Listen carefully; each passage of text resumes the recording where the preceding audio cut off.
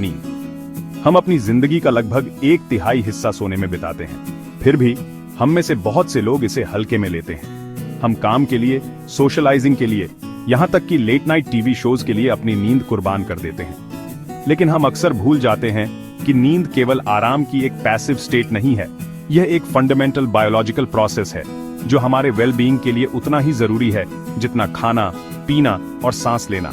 नींद एक silent power house है जो हमारे दिमाग और शरीर को फ्यूल करती है। यही वह समय होता है जब हमारा दिमाग इंफॉर्मेशन प्रोसेस करता है, यादों को कंसोलिडेट करता है और टॉक्सिन्स को क्लियर आउट करता है। यही वह समय होता है जब हमारा शरीर टिश्यूज रिपेयर करता है, मसल्स बिल्ड करता है और हमारे इम्यून सिस्टम को मजबूत बनाता है। लेकिन नींद हमारे ओवरऑल हेल्थ और वेलबीइंग के लिए इतनी क्रूशल क्यों है?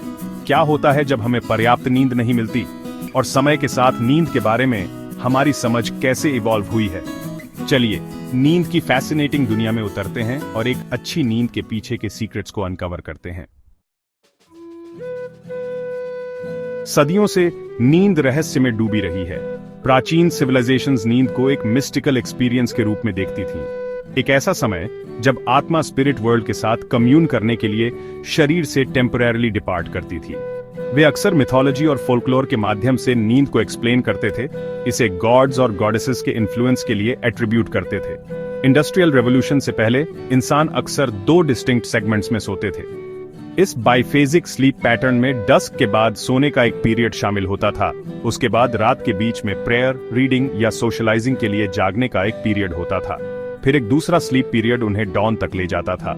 इंडस्ट्रियल रेवोल्यूशन हमारे स्लीप हैबिट्स में ड्रामेटिक चेंजेस लेकर आया। आर्टिफिशियल लाइटिंग का आगमन, फैक्ट्री वर्क स्केड्यूल्स और प्रोडक्टिविटी को मैक्सिमाइज करने का प्रेशर नींद को एक सिंगल अनइंटरप्टेड ब्लॉक में कंसोलिडेट करने का कारण बना।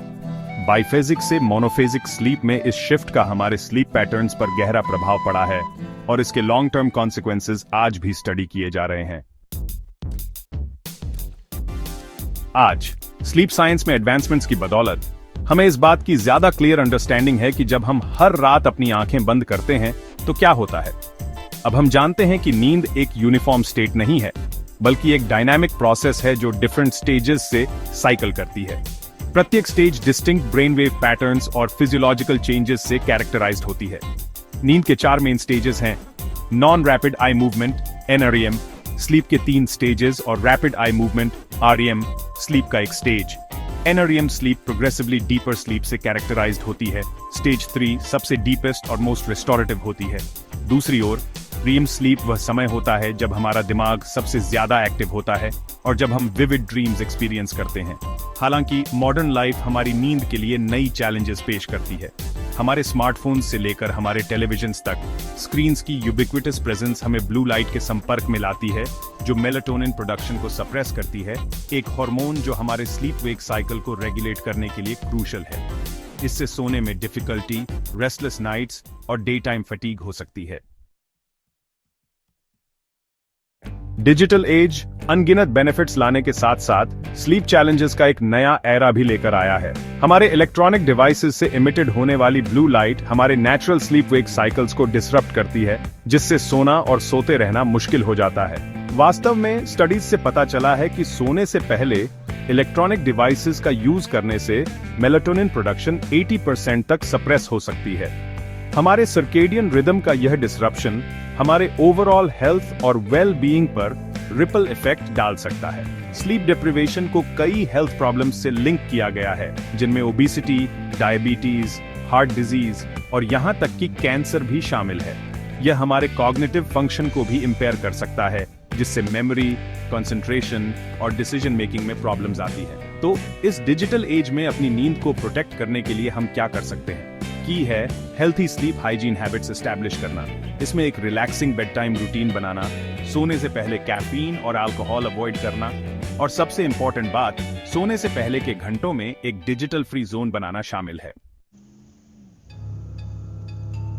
जैसे जैसे टेक्नोलॉजी अभूतपूर्व गति से एडवांस हो रही है, यह कोई सरप्राइज नहीं है कि यह हमारे सोने के तरीके को भी ट्रांसफॉर्म कर रही है। स्मार्ट मैट्रेसेस जो हमारे स्लीप पैटर्न्स को ट्रैक करते हैं से लेकर AI पावर्ड अलार्म क्लॉक्स जो हमें ऑप्टिमल टाइम पर जगाते हैं तक, स्लीप का फ्यूचर इंक्रीजिंगली टेक ड्रिवन दिख रहा है। सेंसर्स से एम्बेडेड स्मार्ट मैट्रेसेस हमारे हार्ट रेट, ब्रीदिंग पैटर्न्स और यहां तक कि हमारे स्लीप स्टेजेस को भी मॉनिटर कर सकते हैं। फिर इस डेटा का यूज रात भर मैट्रेस की फर्मनेस और टेम्परेचर को एडजस्ट करने के लिए किया जा सकता है, जिससे हमारे कंफर्ट और स्लीप क्वालिटी ऑप्टिमाइज होती है। दूसरी ओर AI पावर्ड अलार्म क्लॉक्स हमारे स्लीप पैटर्न्स को एनालाइज करते हैं और हमें हमारे स्लीप के लाइटेस्ट स्टेज के दौरान जगाते हैं, जिससे वेकफुलनेस में ट्रांजिशन स्मूदर और ज्यादा नेचुरल हो जाता है। हालांकि ये टेक्नोलॉजिकल एडवांसमेंट्स हमारी नींद को इंप्रूव करने का बहुत बड़ा प्रॉमिस रखती है, लेकिन उन्हें क्रिटिकल आई से देखना जरूरी है। इन टेक्नोलॉजीज तक एक्सेस इक्वल नहीं हो सकता है, खासकर रूरल कम्युनिटीज और अंडरसर्व्ड पॉपुलेशंस में। इसके अलावा कांस्टेंट स्लीप मॉनिटरिंग और डेटा कलेक्शन के लॉन्ग टर्म इफेक्ट्स अभी भी अननोन हैं। जैसे जैसे हम इन इनोवेशंस को अपनाते हैं, एथिकल कंसिडरेशंस को प्रायोरिटाइज करना और यह इंश्योर करना क्रूशल है कि स्लीप टेक्नोलॉजी में एडवांसमेंट से सभी को बेनिफिट हो।